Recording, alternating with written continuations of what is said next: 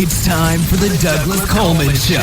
Mr. Smooth and Savvy is joined by guests from all walks of life, from the entertainment industry to authors to political and social commentators, the famous and not so famous, the controversial and the light and fluffy. We have it all. Now, here's Douglas Coleman.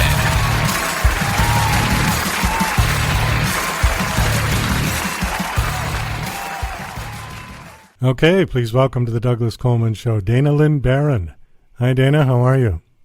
Hello, Douglas. I'm very well, thank you. How are you? Doing great. Thank you. Thank you for coming on the show. My pleasure. So you came through Carrie. Yes. Now, she's also an actress, right? Actor. Yeah, and many, many other things. Yeah, she wears a lot of wonderful hats. Okay. But yes, fellow actress, yes. I think I just talked to her like not long ago, maybe a couple of weeks. Yeah, that's fun. I don't remember at all what we talked about because I do 10 interviews a week and they get a little blurry. But I do remember. With Carrie, you can cover a bunch of topics usually. So yeah, as I remember, it was a fun interview and I enjoyed it. And she mentioned your name and I said, oh, yeah, she's on the calendar. Okay, good. So here you are. Here I am. Yeah, great. Finally, yay. So is there any one particular film that you're promoting or just kind of promoting them all? Oh, well, yes, I am. I am promoting Being the Ricardos, Aaron Sorkin's latest film that's just came out in theaters in early December, and it's been on Amazon Prime Video since December 21st. So, yes. Okay, super. We're celebrating that film. Well, you know what? I am going to watch that movie this week because I'm a big I Love Lucy fan, and I definitely want to see it. It's on my top 5 short list. Are you a I Love Lucy fan? Yeah?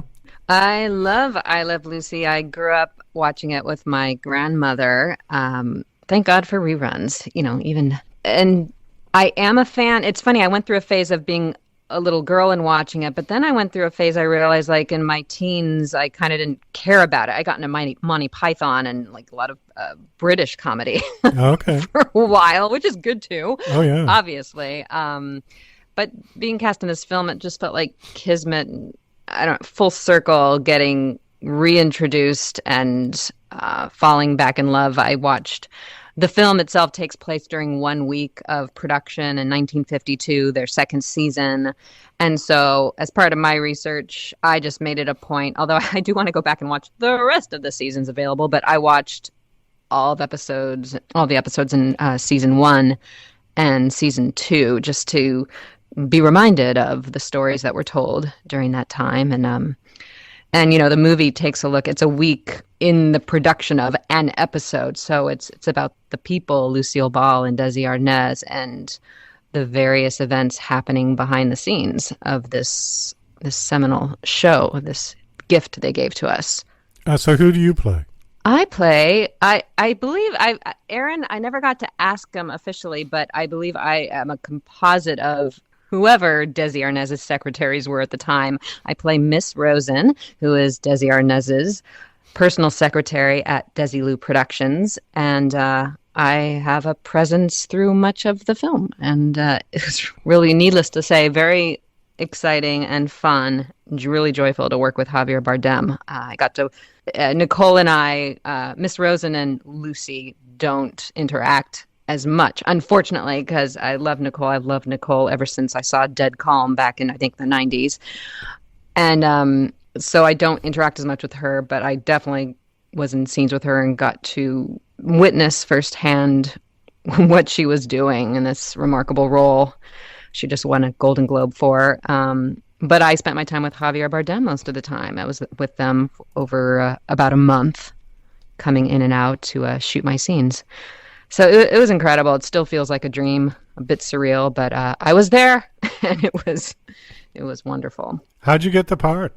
Did you audition? Or yeah, I did. I'm still very much, I'm a working actor, and I auditioned to get my roles. And but in this case, what was exciting and new for me, I mean, I'm used to, like in Friends projects, I've had the experience of being offered a role, like, hey, Dana, come play this role in our short film or little pilot, feature film, whatever. And in the bigger projects, you're used to, especially if you're not a known person, a famous person, you audition, and often there's a callback situation, maybe multiple callback auditions, depending on the project.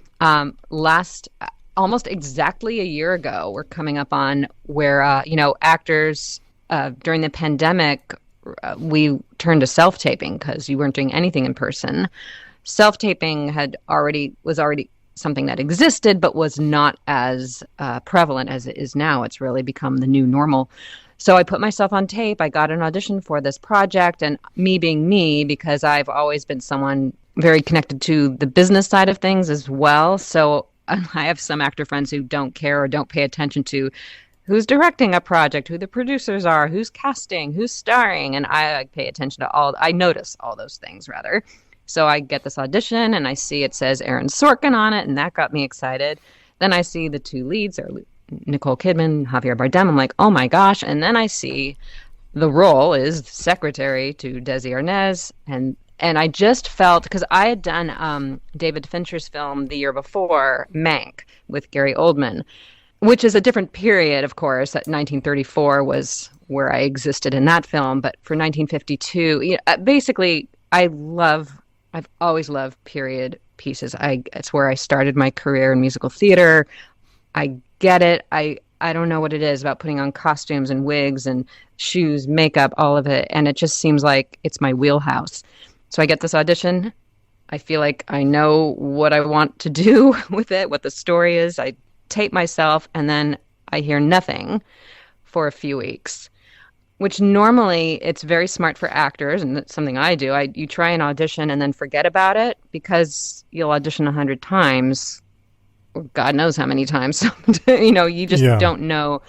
You audition more than you book, most people. But I was very upset as the weeks were going on. I did something I never want to do, and I was doing it, which is essentially the waiting by the phone thing, because I felt so strongly about my audition and my rightness for this project. I thought I at least had to get a call back. Like, there's no way. And that is such a dangerous place for an actor to go, because it's you just, some things are just beyond your control, and you have to just share your best work and then let it be. Let the gods and angels do their thing. Yeah, you've got to move on. I mean, sitting by the phone is nerve-wracking. But I was doing that, which I knew was causing me great suffering until like 3 weeks later. I was talking to a very old dear friend of mine who's known me since I was 18, and she's like my third grandma. She's in her 80s now, but she's known me a long time, and she basically scolded me on the phone one night. She's like, "You've got to let it go, Dana. You've got to let it go." Yeah, she was right. She was absolutely right, and I knew she was right. And I'm very emotional, because I know she's right, and I know that I'm not feeling good about holding on to this thing. I've got to let it go. So I really did. I slept better than I'd slept in ages. I was ready to let it go. I'm like, there are going to be other things. Don't worry about it. There will be other things coming your way. The next day, my agent emailed me that an offer was coming for the role. So, wow, that's great. What makes it interesting, though, to me, I was cast directly off a self-tape, which had never happened to me. Like, directly, there wasn't even a callback. Aaron Sorkin decided I was the one for that role from a tape. I'd never auditioned for him before.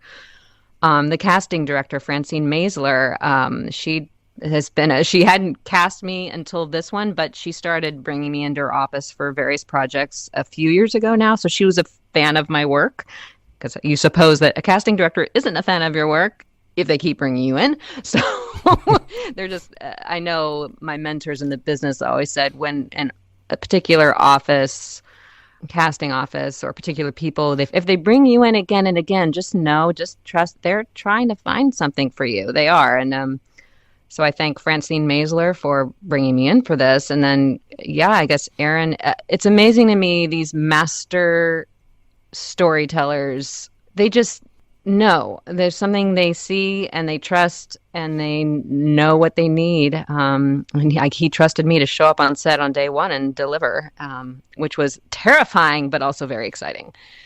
So, well, I'm anxious to watch the film. I will watch it this week. And I hope you enjoy it.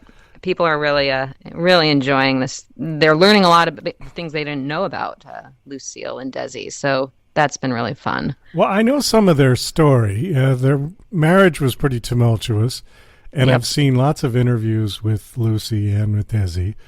Yeah. Like you had mentioned, I'm kind of one of those technical geeks that likes to look at IMDb and see who did what, who was best boy, and who was all these. But I did notice under executive producer that it was Desi Arnaz Jr. and Lucy. Mm-hmm. Did you get to meet them? No. From what I understand, only Lucy came to set, and it wasn't that much. Like, she really, and if you've seen, I mean, Aaron's given a lot of really fun and interesting interviews I've watched, and Lucy, first of all, gave him full permission to take the gloves off on her mother, and she was a difficult woman, and tell the story and tell all of it. So, but Lucy came to set, from what I understand, just a few times, really, and Desi, I don't think, ever did. So I didn't get to meet them. That would have been really fun, but no. But it's got their stamp of approval, which is pretty exciting, just to have them on board. Oh, definitely. Yeah. I know this might be a spoiler question. You don't have to answer it if you don't want to, but okay. I'm just kind of curious.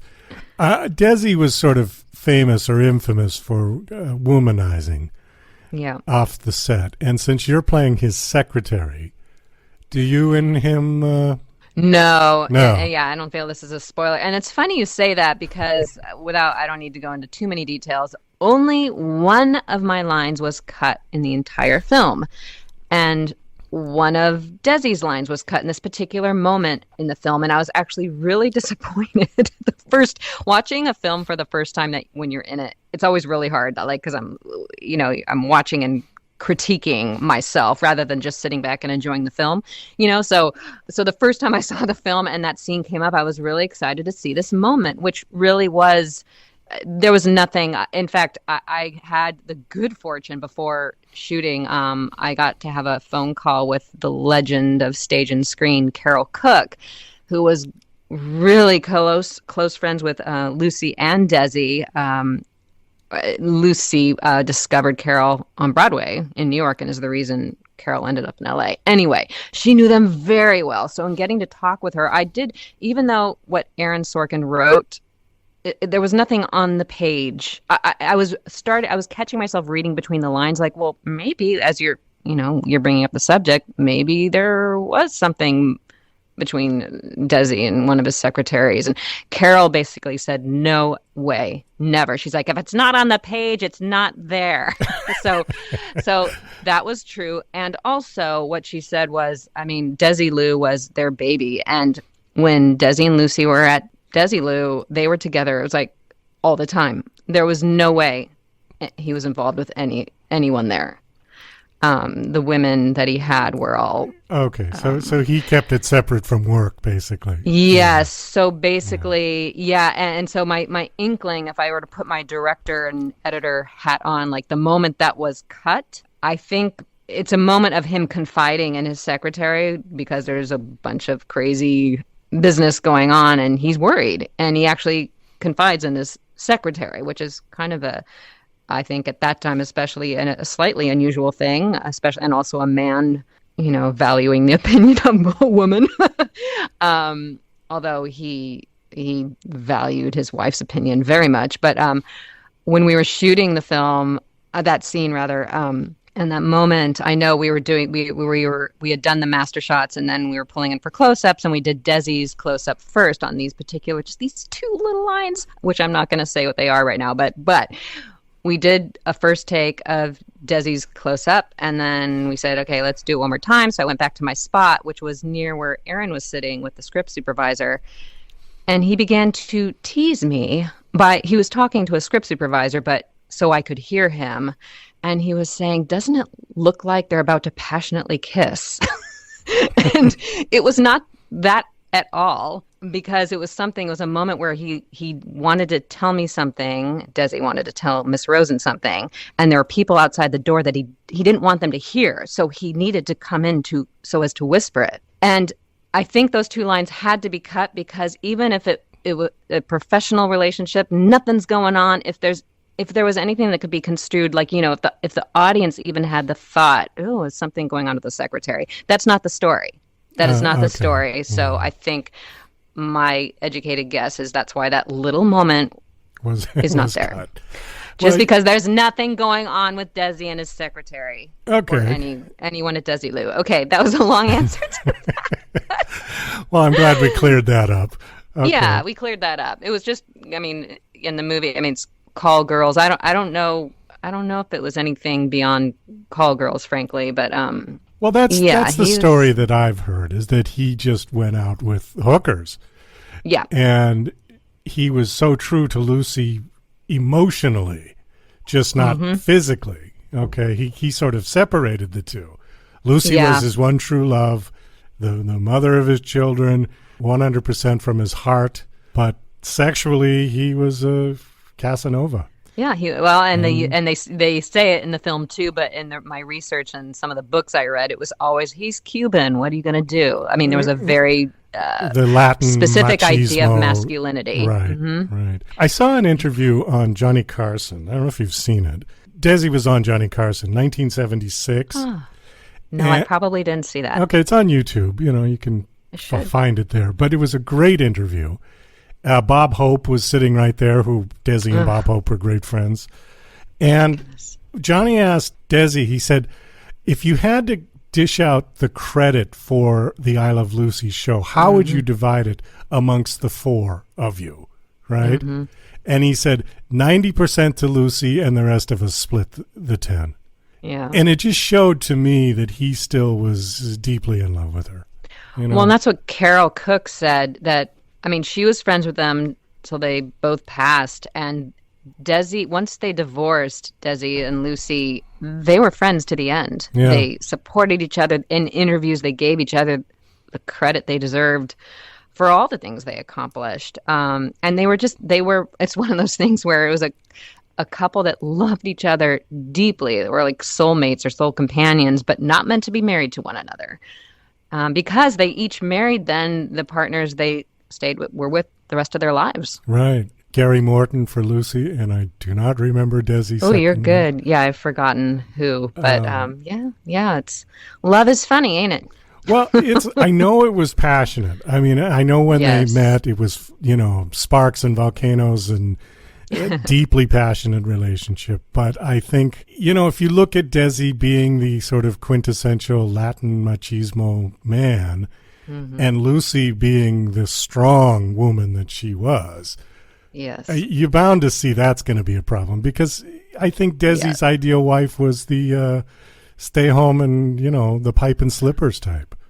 Well, and when you see the movie, there's a big theme. Home is a huge theme for Lucy. And he, in a way, I wonder if, he misconstrued early on in their relationship, when she shared her desire for a home, that he thought she was going to just stay there, which is far from the case. But she was for that time period, and even there's some. I love the flashbacks just to some of the beginnings of their relationship, and even her career in particular. How it could have gone another way. I mean, it was a phenomenal actress, and a lot of people don't realize that. They know she's a genius comedian, but there's this whole thing where you just see she was strong, man. I mean, the part of the crap that women put up with.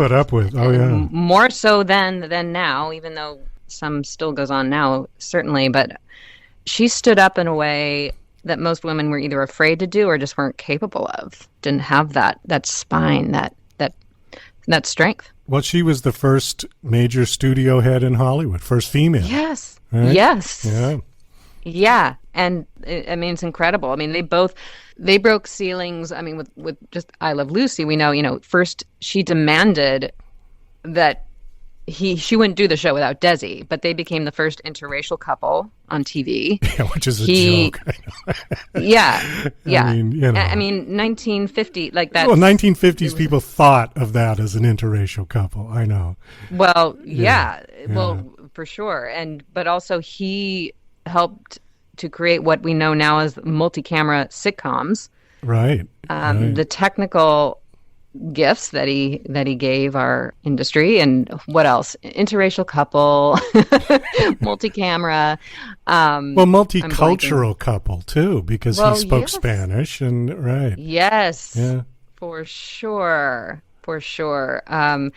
And just like, again, when I went back to watch the episodes that are available anyway for season 1 and 2, like every episode, I laughed out loud. Oh, they're still funny.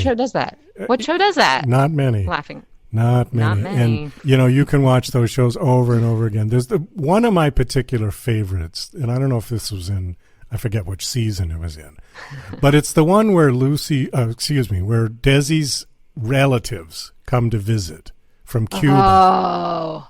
And Lucy wants to speak Spanish to feel like she fits in, and she gets that little electronic device. Do you know that? You seen that episode? I haven't. I don't know what season. It wasn't in season 1 or 2, I don't think. Okay. I don't think. It could be 3. I know that it changes. The set changes, and they get a piano and a window after the third or fourth season, something like that. I know, I'm a geek with this thing. That's great. I love that you know this. but anyways, it's absolutely the funniest because she's got this little remote earpiece, and there's a guy in the kitchen who is from Ricky's show. Okay, he's like one of the people on Ricky's show who is Spanish. He speaks Spanish. So he would translate into her ear what Ricky's relatives are saying and then tell her what to say in Spanish as a reply. And this is all going on in real time. Okay. It is absolutely, it's side-splitting, I'm going to find that one because that's, it sounds like it's like Cyrano, but I can see the obvious comedy in that. So I'm going to find that one. Thank you for reminding me of it. But I have a memory of watching that at some point. Like I can see the relatives in the room or something, but the look on Desi's face when she just blurts out these perfect Spanish phrases, and he was a good actor. Oh, he was great. And he was just perfect for that show. I know that they originally, you had mentioned they didn't want him. Right. The original guy that they wanted to cast was Bob Cummings, I believe. Was it him? Because also or somebody else. The TV show was coming from my favorite husband. My favorite husband. Thank you. The radio show. Yeah. So I thought originally they were going to bring Lucy and her co-star of that. Okay. But I do know they had a list, and Bob Cummings. That's interesting because I don't recall. I could be wrong on that. And I thought you might be right. Jimmy Stewart was another possibility, or Henry Fonda. My gosh. They wanted somebody like that, like some big name. And Lucy said, "No, Desi's my husband. It's Desi or nothing."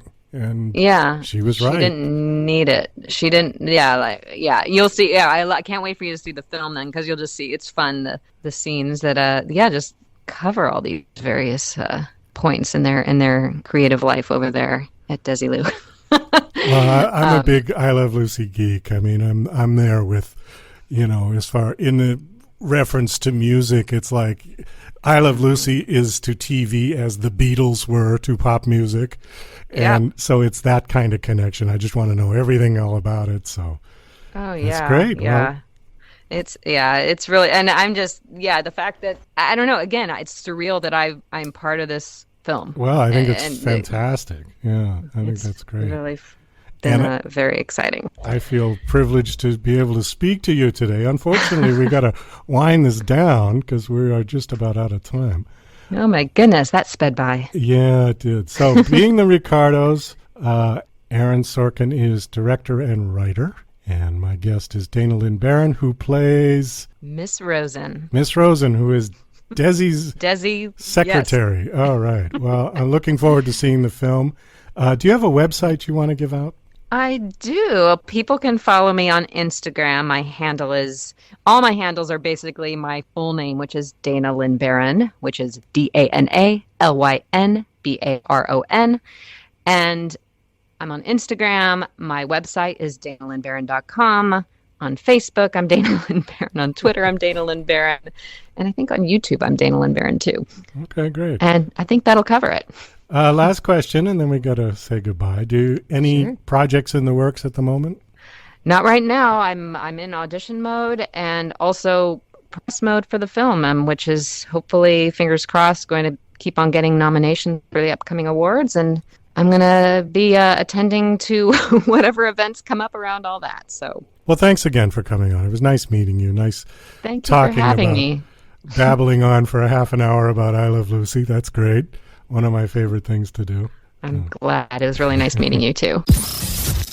You're listening to Mr. Smooth and Savvy right here on the Douglas Coleman Show. We'll be right back after these commercial messages.